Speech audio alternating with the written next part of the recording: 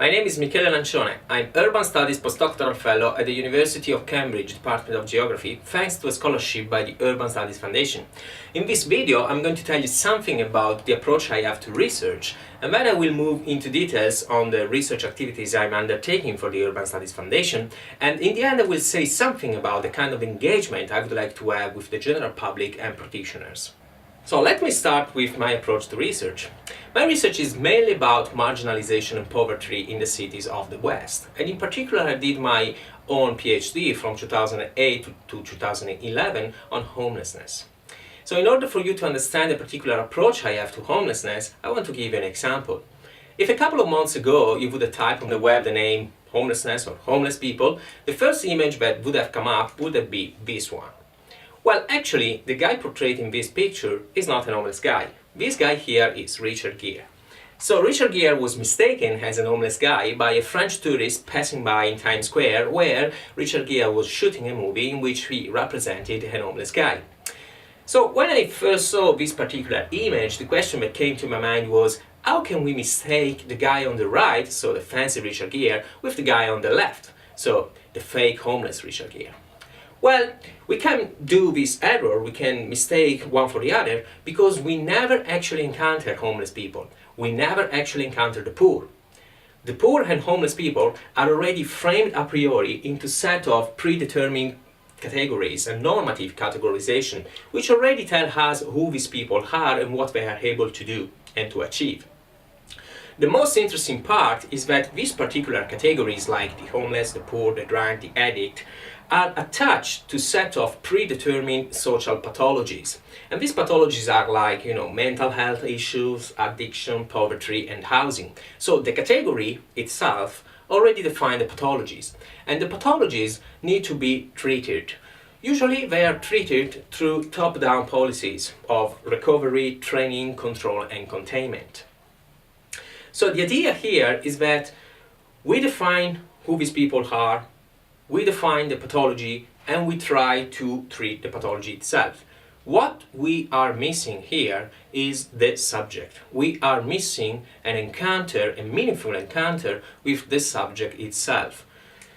In my own research, I try to reverse these schemata, and I start from the subject itself. I take a grounded approach in order to understand how the life of homeless people and the life of marginalized people in general is assembled with the city, with the urban machinery. I take a vitalist approach in which both human and non-human agency contribute to the constitution of particular subjectivities. And in this particular approach, I look also at the desire of these people and how desire is articulated with the broader social machineries. The idea of taking this approach is that from the ground up we can actually redefine different kind of policies, and we can imagine a different kind of politics for marginalization and homelessness, which depart not anymore from the categories and the social pathologies, but which depart from the lived experiences of the subject itself. This is the approach I used in all the researches I did until now, both in the extensive ethnography with homeless people in Turin, in the critical management studies I did in Australia and Sydney, but also in other smaller research projects I undertook on the web. So let me tell you something now about the research activities I'm going to undertake for the Urban Studies Foundation. This is a 3 years research project which is called the Assemblage of Marginality in 3 European cities. So the project here is about researching particular groups of marginalized people in 3 European contexts. And the contexts are Bucharest in Romania, Rome in Italy, and London in the UK.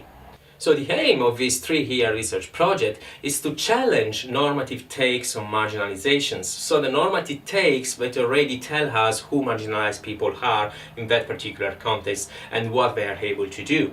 In order to do so, another aim of the project is to create an approach, a methodological approach, in order to investigate marginality from the bottom up, in order to understand how the subject is articulated with the different machineries of the urban. This methodological approach will lead me to a different politics on marginalization itself. I would like to say something politically relevant about marginalization at the European level, drawing from the experiences I'm going to have in these three different contexts, one in the south, one in the east, and one in the north of Europe. So the first case study I'm about to undertake is going to be in Bucharest, in Romania. In Bucharest, I'm going to look at a particular district of the city called Ferencváros. In Ferencváros, there are 100,000 people living in very poor material condition. They are isolated and segregated from the other part of the city. The most interesting part is that the vast majority of these people belong to the Roma ethnic group. So the issues of marginalization I'm going to look at are very complex and high. The ethnography I'm about to undertake is aimed at understanding how life is articulated in the daily performances of these people with the urban context. And the final objective of this particular ethnography is to understand how the Roma subject is constituted in this particular context. I aim to understand how the subject is constituted in his or her daily interaction with the machineries of the urban, but also to understand how policy making affects the constitution of this subject itself. Both in this particular case study, also in the other case studies I'm about to undertake in Rome and London, the idea is to look at the constitution of the marginal subject from the molar and the molecular level. The molar level is the level of subjectification that comes from policy making, but also from the cultural discourses that surround particular groups of marginalized people, like the homeless, as I said at the beginning of this presentation. The other hand is the level of molecular subjectification. This is a level of subjectification which is grounded in the daily interaction of a particular individual with the city and with his or her own practices of living in the urban space. These two levels of subjectification create, according to Guattari, Lazzarato and Deleuze, human subjectivity.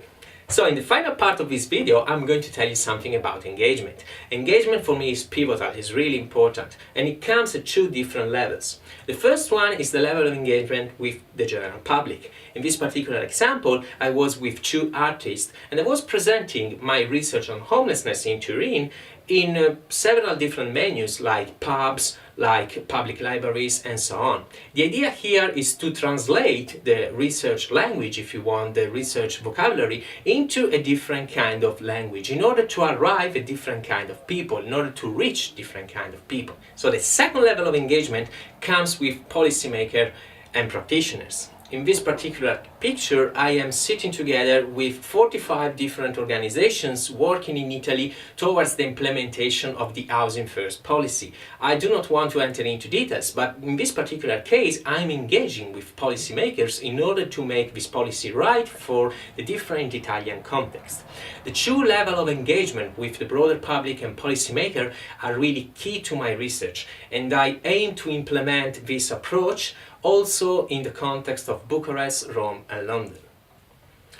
I would like to conclude this video with a quote from Rosi Braidotti. Braidotti, speaking about her nomadic subject, says that there is a gap between how we live and how we represent to ourselves this lived existence in terms of discourses and theory.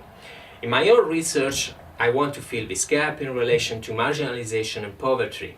I believe there is a gap between the way we represent marginalized people in theory, in practice and policy making, and the way in which these people actually live. So thanks for your attention, and thanks to the Urban Studies Foundation for the fantastic opportunity they gave me to do this research.